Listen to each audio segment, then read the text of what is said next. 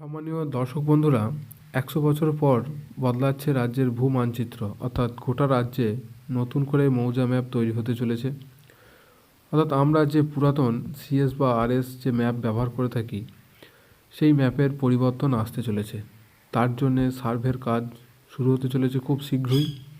তবে এই সার্ভের কাজ কিভাবে হবে এলাকা ভিত্তিক, আর এই সার্ভের ফলে আপনার কোনো কিছু লাভ বা ক্ষতি হবে কি না, এই সকল বিষয় জানতে আমার ভিডিওটা শেষ পর্যন্ত দেখার অনুরোধ রইল আপনাদের।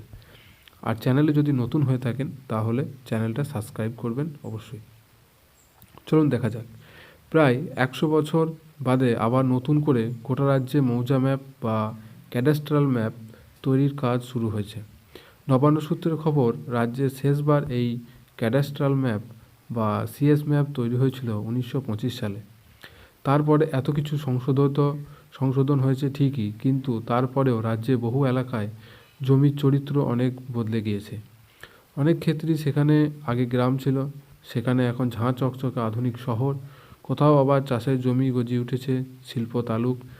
অনেক জায়গায় নতুন রাস্তাঘাট, এক্সপ্রেসওয়ে, রেল লাইন তৈরি হয়েছে।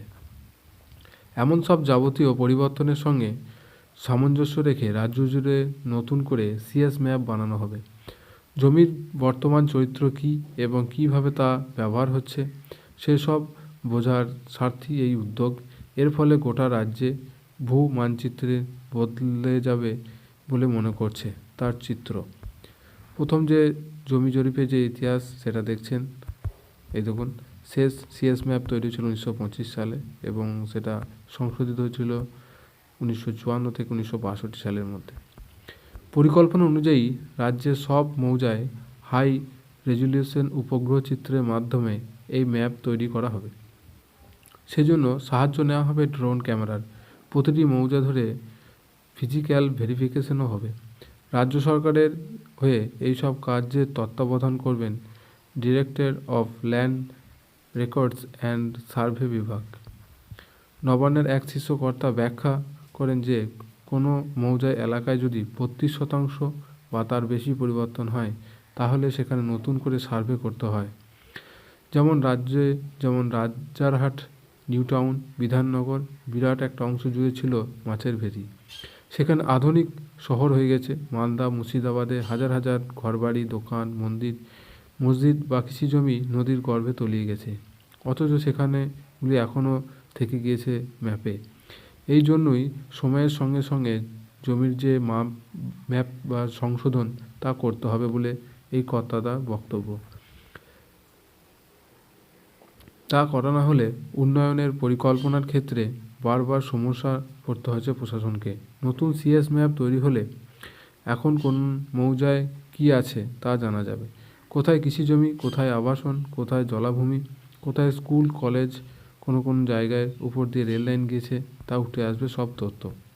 তাছাড়া এবারই প্রথম ক্যাডাস্ট্রাল যে সার্ভের সঙ্গে ভেক্টর সার্ভেও করা হবে, যা থেকে বোঝা যাবে যে রাজ্যের কোন জায়গায় মশার বংশবৃদ্ধি ঘটছে, কোথায় ডেঙ্গি, ম্যালেরিয়া ও চিকুনগুনিয়ার প্রাদুর্ভাব বেশি ঘটছে। সেই তথ্য হাতে থাকলে মশাবাহিত রোগ মোকাবিলা সহজ হবে বলে মনে করছে প্রশাসন।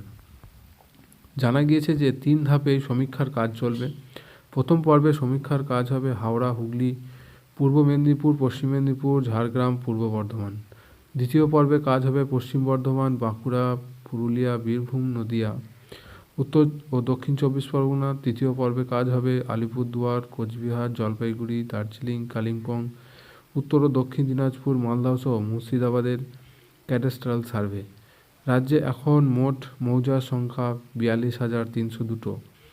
এর মধ্যে বেশ অনেকগুলি মৌজা থাকাকালীন অনেক বিস্তৃত হয়েছে দ্বীপাঞ্চল, পাহাড়ি এলাকা। এই ক্ষেত্রগুলিতে একটি মৌজার জন্য একাধিক মানচিত্র তৈরি হবে, যে কারণে সিএস ম্যাপ তৈরি হবে 68,453টি।